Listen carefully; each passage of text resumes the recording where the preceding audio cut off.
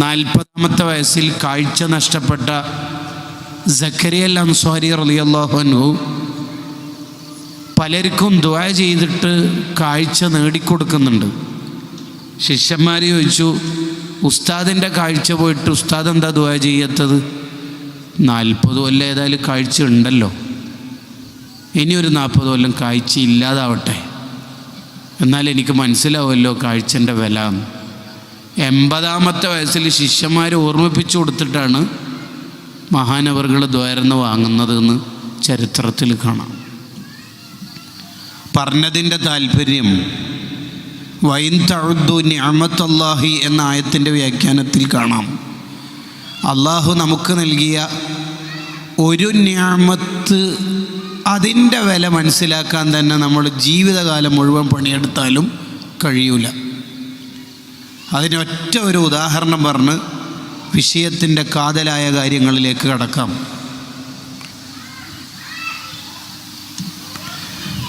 ഇബ്നു സമ്മാക്ക് എന്ന് പറയുന്ന മഹാനായ പണ്ഡിതൻ റളിയല്ലാഹു അൻഹു ഹാറൂൺ റഷീദിൻ്റെ കൊട്ടാരത്തിലേക്ക് കയറി വരുന്ന ഒരു സന്ദർഭം ഹാഫിള് ഇബ്നുൽ ജൗസി റഹിമഹുല്ലാഹ് വിശദീകരിക്കുന്നുണ്ട്. ഹാറൂൺ റഷീദിൻ്റെ മേശപ്പുറത്ത് ഒരു ഗ്ലാസ് വെള്ളമുണ്ട്. ഹാറൂൺ റഷീദിനോട് ഇബ്നു സമ്മാക്ക് തങ്ങൾ ചോദിച്ചു, ഈ ഒരു ഗ്ലാസ് വെള്ളത്തിൻ്റെ വില നിങ്ങൾക്കറിയുമോ എന്ന് ചോദിച്ചു. ചോദ്യത്തിന് അത്ര വലിയ ആഴമുണ്ട് എന്ന് ഹാറൂൺ റഷീദിന് ബോധ്യമാവാത്ത പോലെ, എന്താണ് അങ്ങനെ ചോദിച്ചാലുള്ള അർത്ഥം മനസ്സിലായില്ല അല്ലേ? ഈ വെള്ളം നിങ്ങൾക്ക് യഥേഷ്ടം കുടിക്കാൻ വിചാരിക്കുമ്പോഴെല്ലാം, ദാഹിക്കുമ്പോഴെല്ലാം കിട്ടുന്നത് കൊണ്ടല്ലേ നിങ്ങൾക്കതിൻ്റെ വില മനസ്സിലാവാത്തത്? ഒരു ദിവസം നിങ്ങൾക്ക് കലശമായ ദാഹം അനുഭവപ്പെട്ടു. കൊട്ടാരത്തിൽ എവിടെയും വെള്ളം ഇല്ല.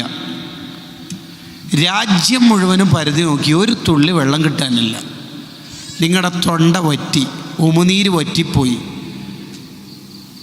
ഒരു തുള്ളി വെള്ളം ഇപ്പോൾ കുടിച്ചില്ലെങ്കിൽ നിങ്ങൾ മരണപ്പെടും എന്ന ആ ഘട്ടത്തിലേക്ക് എത്തി. എവിടൊന്നും വെള്ളം കിട്ടാനില്ല. മരണം ഉറപ്പിച്ചുകൊണ്ട് ഏതായാലും മരിക്കുമല്ലോ എന്നുള്ള ഉറപ്പിൽ ഇങ്ങനെ കിടക്കുമ്പോൾ നിങ്ങൾക്ക് പരിചയമില്ലാത്തൊരു ചെറുപ്പക്കാരൻ വന്നിട്ട് ഒരു ഗ്ലാസ് വെള്ളം കാണിച്ചിട്ട് പറഞ്ഞു, രാജാവ് ഇത് ശുദ്ധ വെള്ളമാണ്, കുടിക്കാൻ പറ്റും, ഞാൻ സംഘടിപ്പിച്ചതാണ്, ഈ വെള്ളം നിങ്ങൾക്ക് തരാം, എങ്കിൽ നിങ്ങളുടെ ജീവൻ രക്ഷപ്പെടും, പക്ഷെ പകരം ഒന്ന് കിട്ടണം. എന്താണെന്ന് ചോദിച്ചു. നിങ്ങളുടെ രാജ്യത്തിൻ്റെ നേരെ പകുതി ഭാഗം എനിക്ക് തരണം എന്ന് പറഞ്ഞു. അങ്ങനെ ചോദിച്ചാൽ ഇതവിടെ കോട്ട് ചെയ്ത് സെമി കോളൻ ഇട്ടിട്ട് ഇബ്നു സമ്മാക്ക് റളിയല്ലാഹുവിൻ്റെ ചോദ്യം, ആ ഒരു ഗ്ലാസ് വെള്ളത്തിൻ്റെ പകരം നിങ്ങളുടെ രാജ്യത്തിൻ്റെ പകുതി ഭാഗം കൊടുക്കുമെന്ന്. ഹാറൂൺ റഷീദ് ഭരിച്ച രാജ്യം എന്ന് പറഞ്ഞാൽ ഇന്ത്യ, ശ്രീലങ്ക, പാകിസ്ഥാൻ അല്ലെങ്കിൽ ഇംഗ്ലണ്ട് പോലത്തെ ഒരു രാജ്യമല്ല. വലിയ സാമ്രാജ്യത്തിൻ്റെ അധിപനാണ് മൂപ്പര്. അബ്ബാസിയ ഡൈനാസ്റ്റിയിലെ വെൽ നോൺ റൂളറാണെന്നർത്ഥം. അത്രയും രാജ്യങ്ങൾ മൂപ്പരുടെ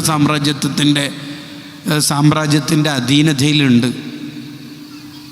ആ രാജ്യത്തിൻ്റെ പകുതി ഭാഗം തരണം എന്ന് പറഞ്ഞാൽ അത്രയും വിശാലമായതാണ്.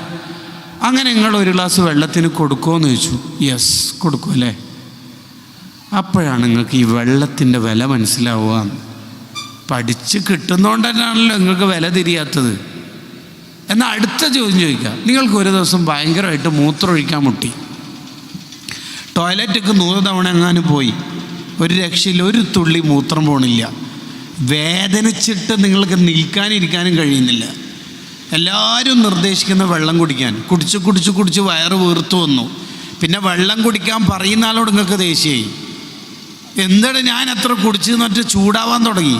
അത്രയും നിങ്ങൾ വെള്ളം കുടിച്ചിട്ട് വയറ് വീർത്തു വന്നിട്ടുണ്ട്. ഒരു തുള്ളി മൂത്രം പോകാൻ നിങ്ങളിങ്ങനെ ആഗ്രഹിച്ച് മുട്ടിയത് വയർന്ന് ഒരു രക്ഷയില്ല നിങ്ങൾക്ക്. ഇനി ഏതെങ്കിലും ഒരു ഡോക്ടർ വെള്ളം കുടിക്കാൻ പറയുകയാണെങ്കിൽ അയാളെ തല പോകാൻ സാധ്യത ഉണ്ട്. അത്രയും നിങ്ങൾ വെള്ളം കുടിച്ചിട്ടുമുണ്ട്, മൂത്രം പോകണില്ല.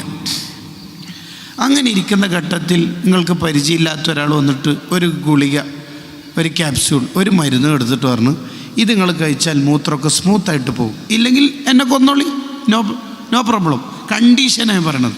പക്ഷേ ഗുളിക തരാനായിട്ടില്ല. എന്തേ? നിങ്ങളെ രാജ്യം മുഴുവൻ എനിക്ക് തരണമെന്ന്. ഒരു മൂത്രം ജസ്റ്റ് പോകുന്നതിന് നിങ്ങളെ രാജ്യം മുഴുവൻ തരണം എന്ന് ചോദിച്ചാൽ നിങ്ങൾ കൊടുക്കുമെന്ന് ചോദിച്ചു. കൊടുക്കുമെന്ന് കൊടുക്കുമല്ലോ അല്ലേ? അങ്ങനെയാണ് ടോയ്ലറ്റിൽ നിന്ന് നിർവഹണമൊക്കെ കഴിഞ്ഞിട്ട് തിരിച്ചു വരുമ്പോൾ ഗുഫ്രാനക കഴിഞ്ഞിട്ട് പറയുന്നൊരു വാക്കില്ലേ, അത് ഹൃദയത്തിൽ നിന്നാണ് പറയേണ്ടത്. അൽഹംദുലില്ലാഹ് അല്ലാഹ്. അങ്ങനെ എന്തെങ്കിലും നമ്മൾ ടോയ്ലറ്റിൽ നിന്ന് വരുമ്പോൾ പറഞ്ഞിട്ടുണ്ടോ?